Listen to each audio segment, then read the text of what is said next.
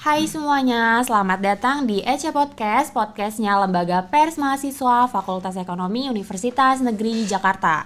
Nah, tak kenal maka tak sayang nih, di sini aku Raisa Dika Febrindayanti yang akan memandu nih ngobrol-ngobrol santai bareng salah satu narasumber. Nah, kali ini aku nggak sendirian nih, karena udah ditemenin sama salah satu staf PSDM yaitu Rifda Alivia. Halo Rifda. Halo Raisa.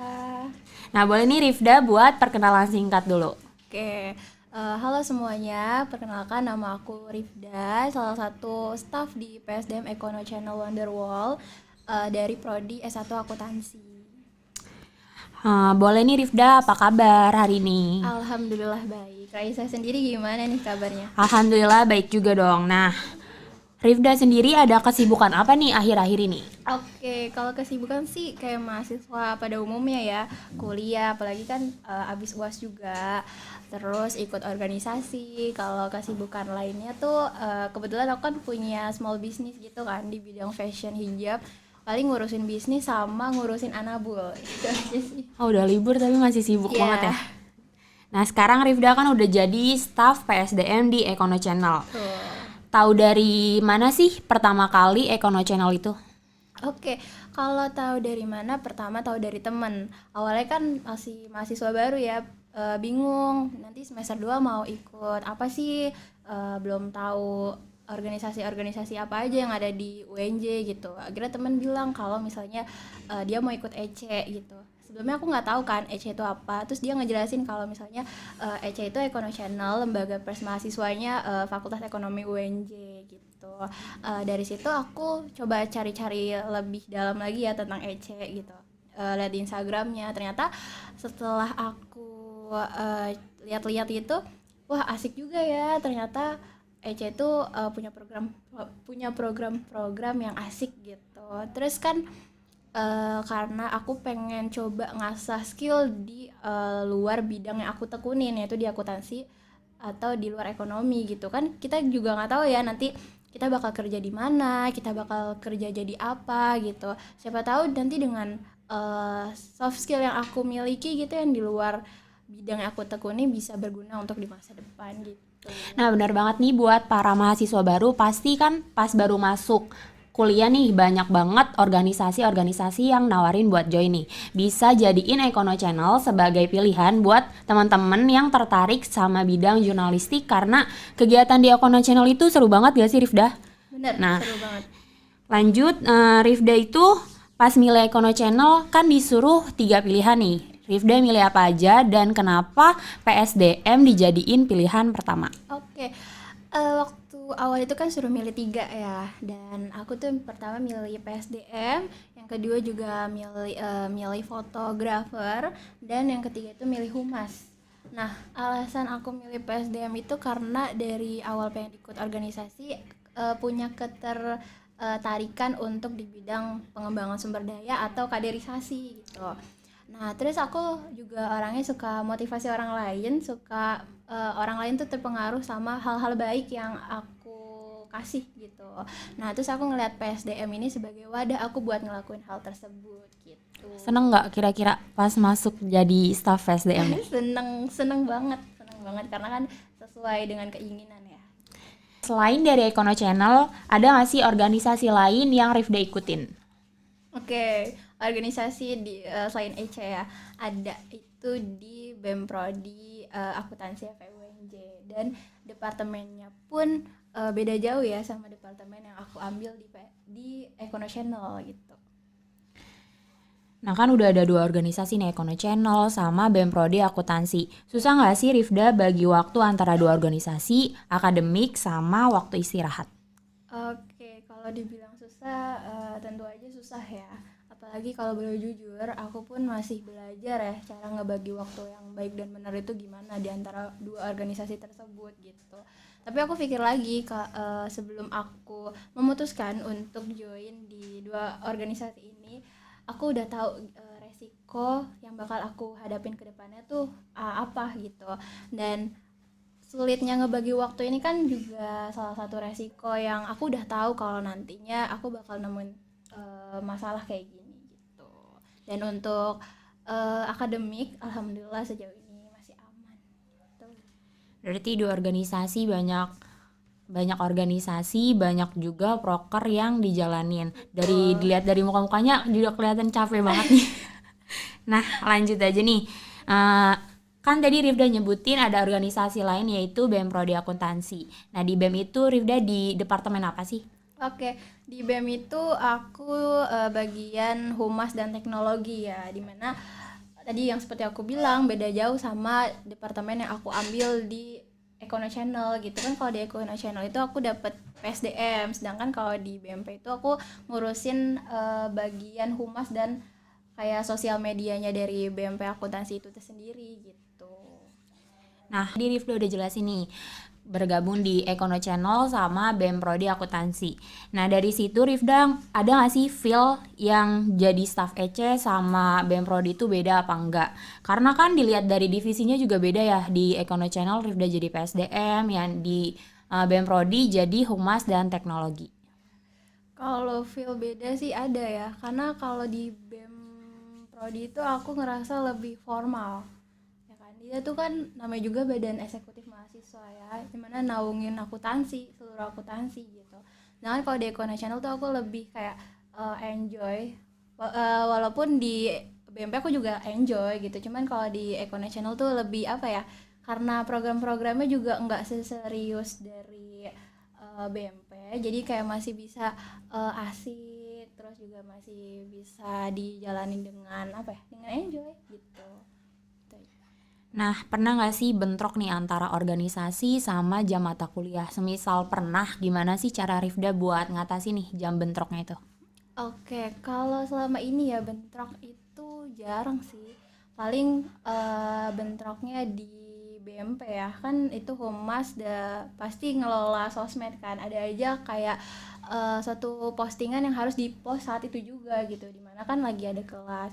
Cuman kan di suatu departemen itu kan bukan kita sendiri ya, ada staff lain. Jadi paling ngatasin aja kayak minta backup dulu deh gitu. Soalnya kan lagi ada kelas gitu, jadi saling backup gitu sih. Nah, selama join di dua organisasi, ada nggak sih perubahan buat pribadi Rifda sendiri nih? Perubahan yang ke arah yang lebih baik gitu. Oke, perubahannya tentu ada ya, perubahan signifikannya itu contoh gini, aku itu waktu mahasiswa baru itu kayak masih takut buat public speaking gitu, masih susah buat public speaking gitu, masih kayak A I U E O nya tuh masih tertata gitu. Nah, terus ketika aku join organisasi, ketika aku ketemu banyak orang, itu kan aku dituntut buat bisa ngomong sama orang itu, buat nggak malu.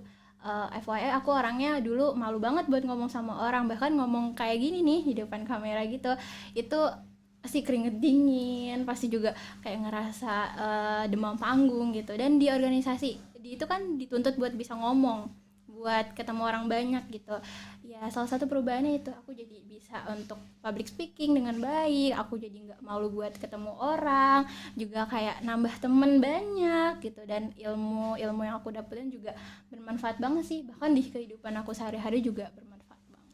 Nah, mulai dari organisasi ini kan tadi public speaking itu udah dilatih ya dari pas wawancara kan, Iya keringat betul dingin, betul. ditanya-tanya sama Betul banget. cutting-cutting kan ya. Iya betul. Balik lagi ke PSDM nih, apa aja sih kegiatan yang ada di PSDM?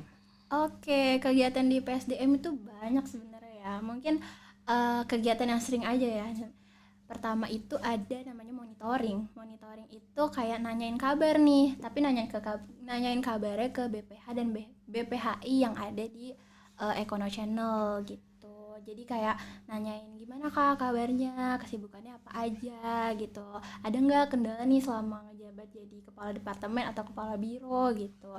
Terus yang kedua itu ada namanya PSDM mengobrol. Nah, PSDM mengobrol ini nggak jauh beda sama monitoring.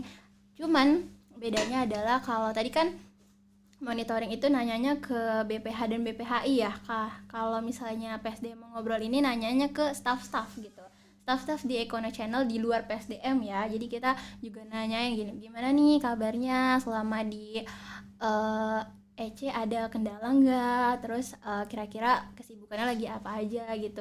Nah secara nggak langsung kan mereka cerita ke kita, mereka tuh bisa sharing dan mereka tuh pasti bakal lega lah. Misalnya mereka ada kendala yang mungkin di satu departemen itu mereka ada kendala sama sesama staff atau kendala ngejalanin proker gitu kan. Nah mereka tuh jadi dengan sharing sama kita, mereka jadi kayak apa ya, agak lega gitu. Kita juga jadi tahu kendala-kendala apa aja sih yang dialamin sama staff-staff di Econo Channel gitu.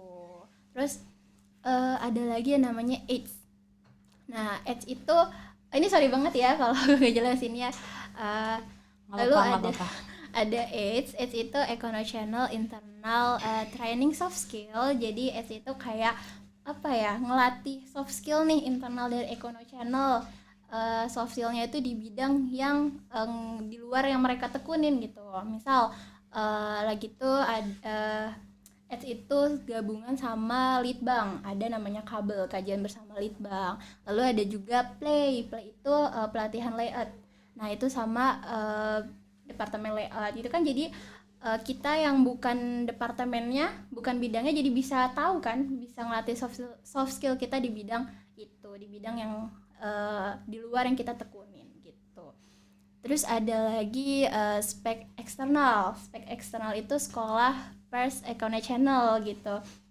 Nah, spek eksternal ini sebenarnya nggak beda jauh ya sama Edge, cuma bedanya spek ini buat eksternal dari Econo Channel gitu.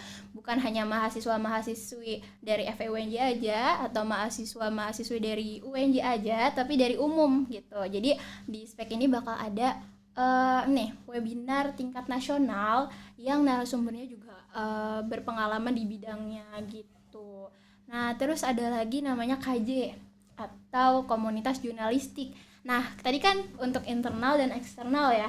Nah, kalau KJ ini buat mahasiswa-mahasiswa baru nih, mahasiswa-mahasiswa baru biar mereka tuh bisa ngelatih soft skill mereka di bidang jurnalistik gitu. Dan diadainnya juga sejalan dengan rangkaian acara dari mahasiswa baru gitu.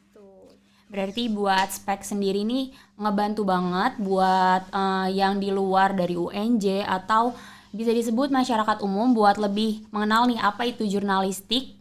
Terus juga kalau buat komunitas jurnalistik itu pas mahasiswa baru juga ada ya pas kita. Betul. Nah itu ngebantu banget buat kalian-kalian nih yang masih minim pengetahuan tentang jurnalistik.